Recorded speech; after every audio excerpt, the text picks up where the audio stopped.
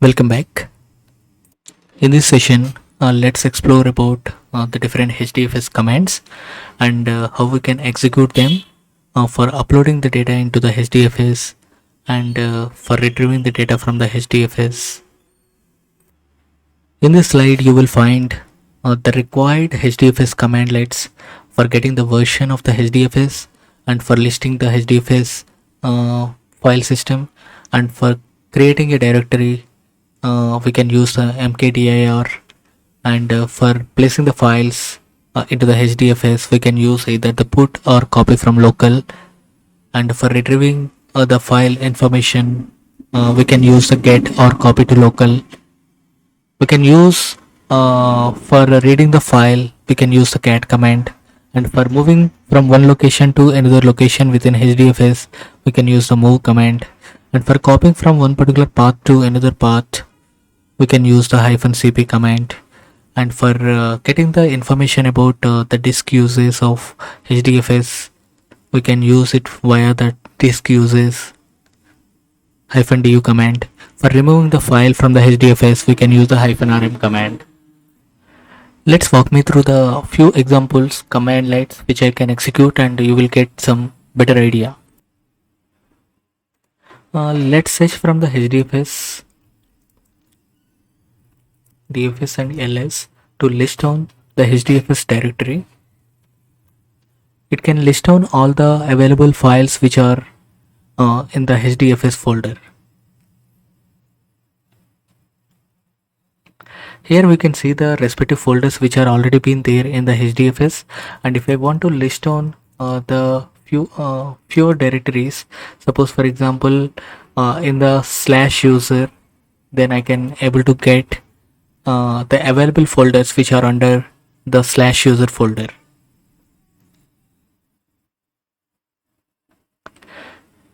So here is how we can able to list down the files which are available under the HDFS. Now let's create a new folder in the HDFS using the mkdir, and I can create one more folder under /user, and I can create one more user like a temp user. Then it can create one more folder inside /user.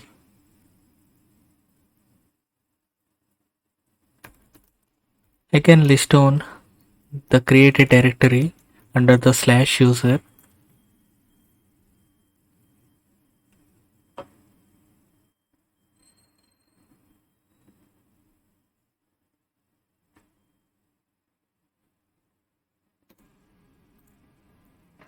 For listing down the files we can use the ls command here, and we can get the complete list of folders which are under the /user folder.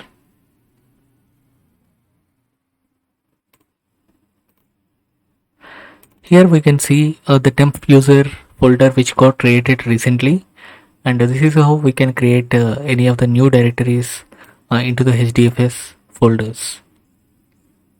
Here slash would be the root, and which followed by the respective folder inside the HDFS, and the respective subfolders we can see with this particular naming convention of the folder names. Now let's create one local file under this particular session. Suppose for example under ls I can see some folders which are already been there, and let me create one particular demo file .txt, and I can provide like this is demo on HDFS, and let me save this particular file, and I can see this particular demo file which is been there under my local, and this file I'm going to upload into the HDFS directory. For placing this particular file we have two options. One is HDFS, DFS and -put, and I can copy this particular file from the local like demo file.txt and /user, and I can choose the respective full path of the directory where I need to upload my files. And this is how I can place my local files into the HDFS. And once it is completed, then we can able to see that particular file is being uploaded into the HDFS layer. Let's see the file list from the user temp user.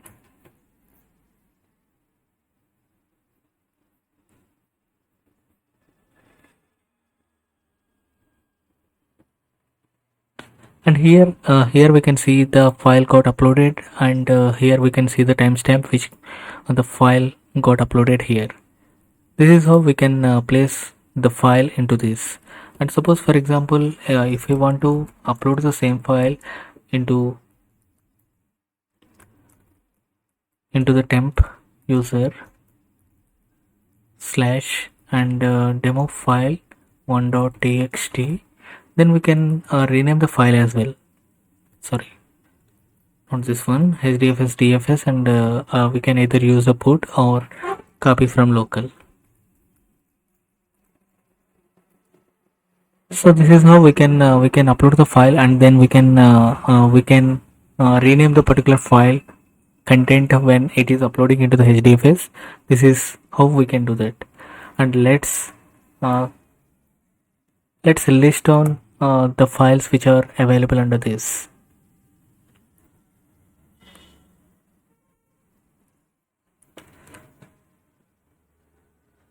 And this is how actually we have uploaded the file content into the HDFS from local to HDFS.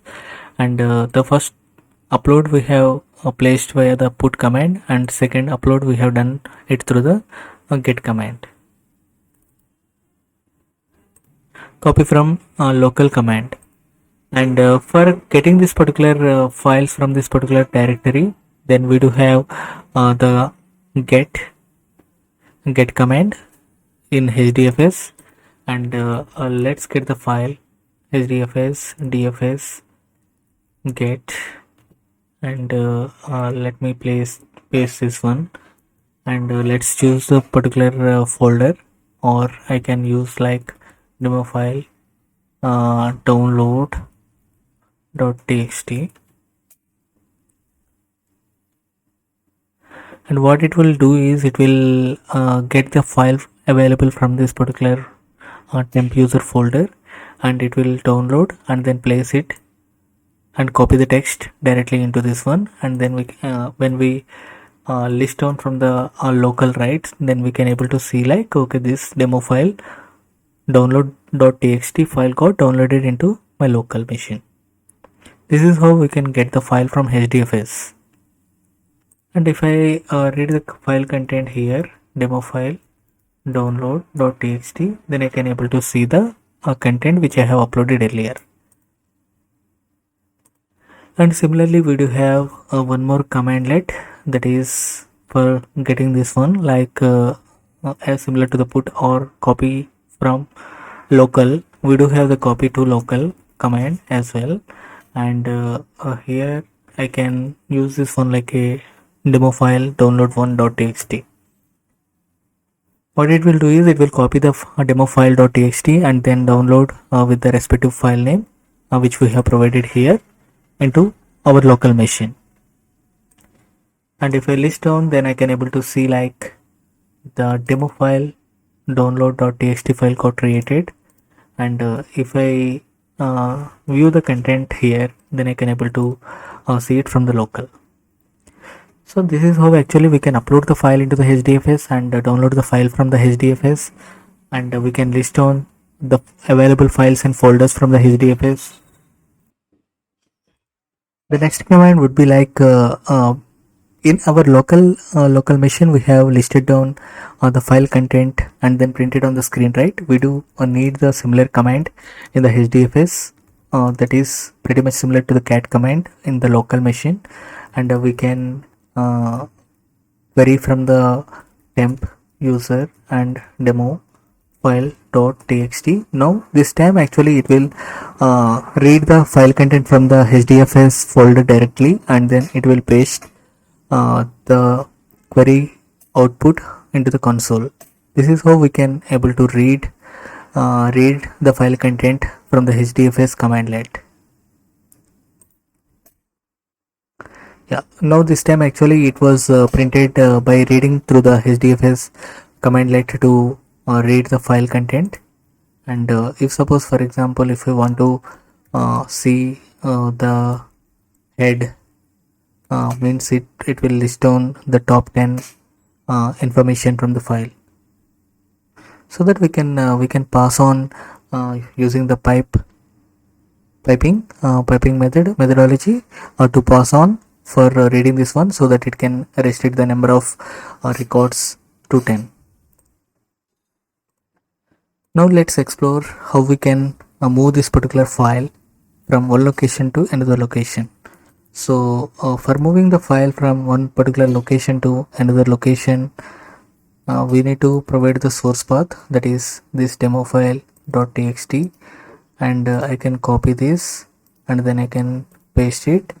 And here what I am doing this time is I am moving it to some other folder like Cloudera folder.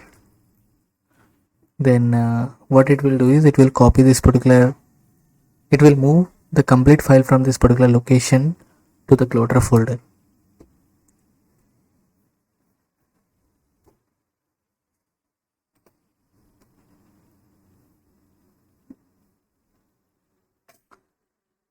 If I see the list from this particular slash user temp user, right, I can able to see only the one file because other file got moved to the Cloudera folder.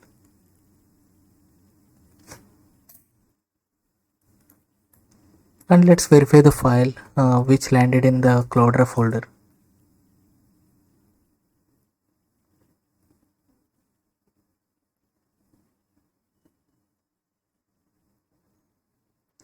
Yeah, the file got moved from my source path to the destination path, that is into the Cloudera folder. This is how we can move the file from one location to another. And we do have the similar command for copying from one location to another location without moving the complete file, that is using the copy activity. Like in this particular copy activity, if I use this particular demo file1.txt file, this time it will copy the file content and then place into the Cloudera folder by not deleting from the source.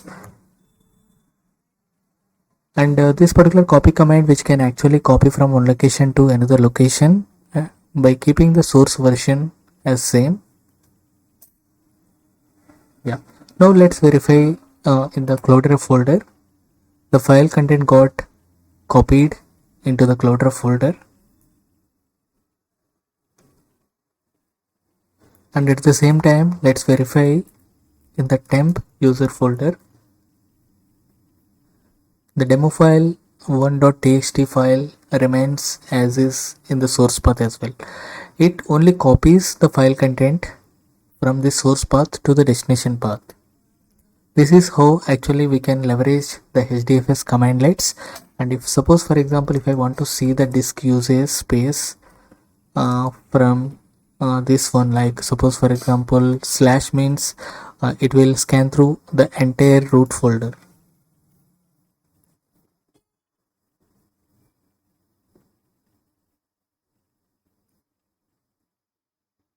And it will list down the respective folders space, how it consumed and all, and the bytes here it is listing down in the bytes, right? Suppose if we want to get it in a very detailed manner, then we can use the -h so that it can print down in the shorthand notation in the MBs. So the user which occupies around 821 MB of storage, and the respective folders we can see the view. And suppose for example if we want to specifically see the respective folder like slash temp user, and each and every specific file level, if we want to see it out, then it will print down the respective content, how it got occupied. like this demo file 1.txt which occupies around 21 bytes of size. So this is how this is useful command to check how much the HDFS is occupied. And similarly we can even check like disk free command, so that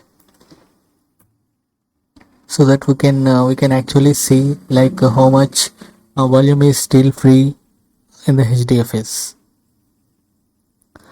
Here we can see like okay, in the HDFS it is of total size of 54.5 GB and 832 MB which is of used, and the available content available for storage is 42 GB around, and the total usage percentage. So this is how actually you can debug if any of the HDFS which is fully occupied or not. So these are the few useful commandlets for the HDFS. Please feel free to ask any of the queries in the comment section below. Thank you all.